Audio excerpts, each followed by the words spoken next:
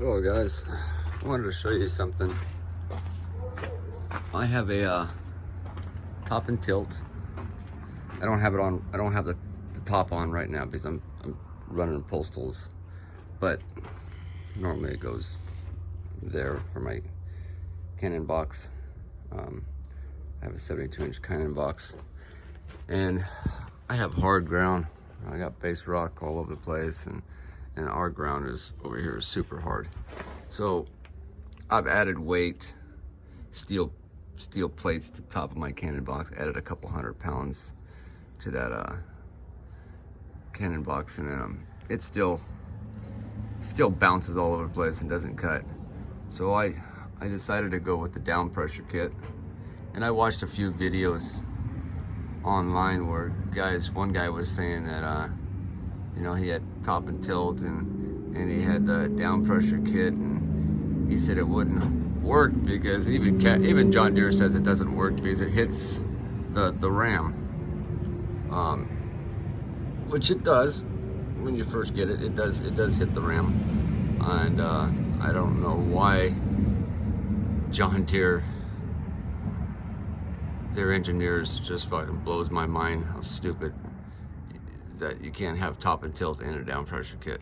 So what I did, I was watching the guy in the video, and he says, well, I'm just gonna put some kind of brackets here, and then I'll take off my top and tilt when I need to use my down pressure kit. And I was thinking to myself, you know, gotta be a way to do it. Gotta weld some new brackets on there or something and offset this thing or something. Anyways, I'm gonna get it because I'm a MacGyver, and I'm gonna modify it and make it work. So I built some brackets to offset this a little bit, and then when I was building the brackets, I started looking, and I was thinking to myself, man, it's not gonna hit much. It's only gonna hit a little bit. So what can I really do? So what I did is I just ground out the ram a little bit. I just basically made it straight from this point, and I just cut a little bit of this metal out, just a little bit, about a 1/2 inch. As you can see, it's kind of rounded over here. It's really hard to, there, maybe I don't do it. How it's rounded a little bit. I didn't take any metal off the support bracket. I just started cutting right after the weld and notched it down. Took about a 1/2 inch out, grounded it nice, you know, cut it with a little cut-off wheel, 4-inch grinder, and then used the grinder to make it nice and round. And now I have a 1/2 inch clearance from that thing.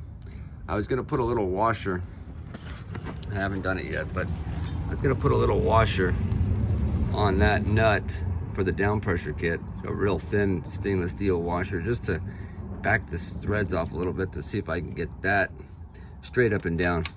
It doesn't hit, but I like things to be straight up and down. This side came out better. It's more straight up and down, but this side didn't. Anyways, I wanted to show you guys that it don't take much. Just grind a little bit out of that, top and tilt, and you're good to go, and you'll have down pressure kit.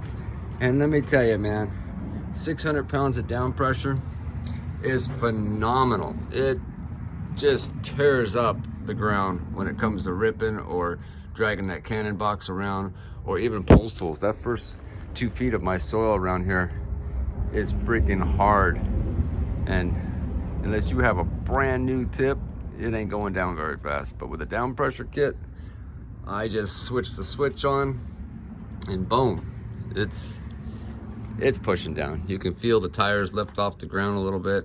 They don't lift off the ground, but you can feel that the bloom comes out of the tires a little bit. So you got some down pressure, and it's hooked to a return hose. So there's no pressure pulling it back up. So when you pull it up, the oil just goes back to the reserve.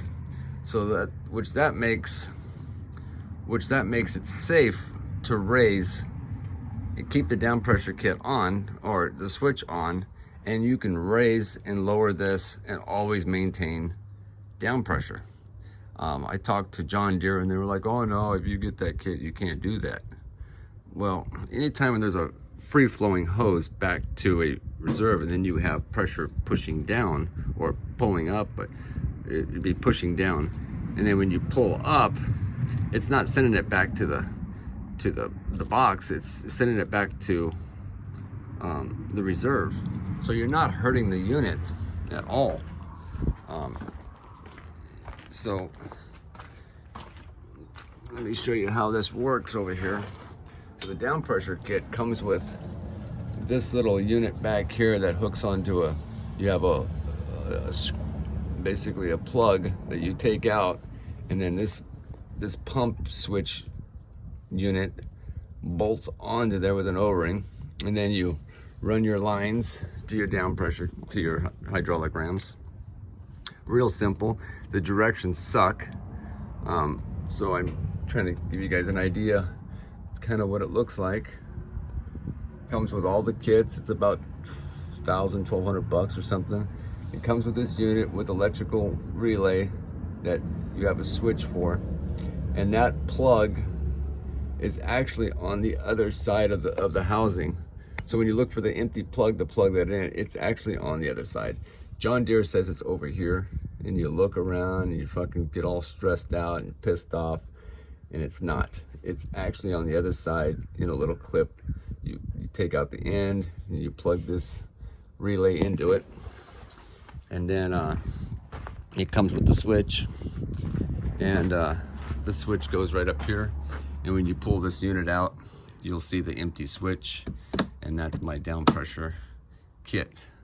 I mean, I'm sorry, this is not my, this is my, I took my safety seat out so I don't have to sit in my seat to operate it. So I just put that on, and if I hit the pedals standing up or off, it's a go time, so you got to pay attention. But I like it when I'm running the auger. I can kind of look back, take myself off the seat a little bit, and the auger will still run. The engine won't shut down. Also like it for reversing. You know, you just hit the switch, and the auto reverse chingamadera will work, even sitting in the seat. And other features, you know, sometimes you got to stand up to look to, you know, you got forks on to get in a pallet, and then that freaking sensor goes off, and then it stops, and then it's got to sit back down and go forward.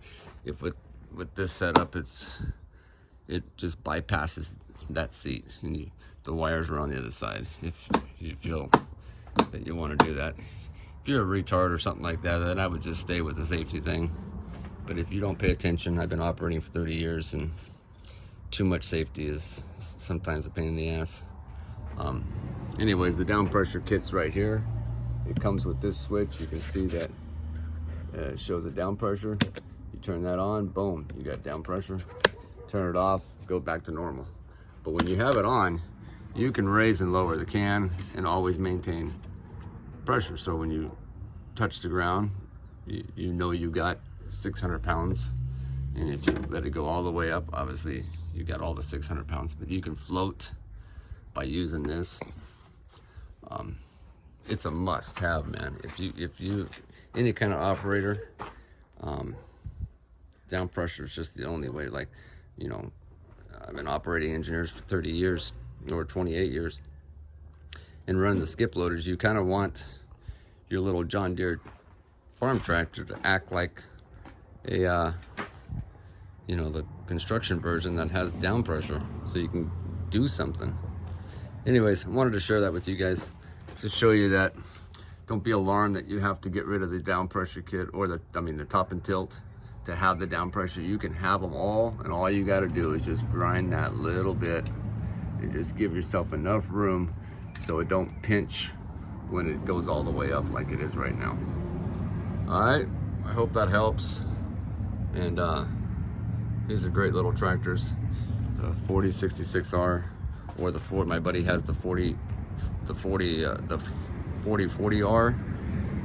or the 4044R, and either one, man, it's just a phenomenal tractor. That 44R that he has, it does everything that 66 does, except I have a big wood chipper from Fall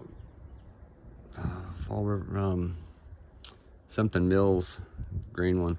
Anyways, it chips up to 8-inch logs, and on his tractor, you throw an 8-inch log, you can hear the engine grunt down compared to the 66.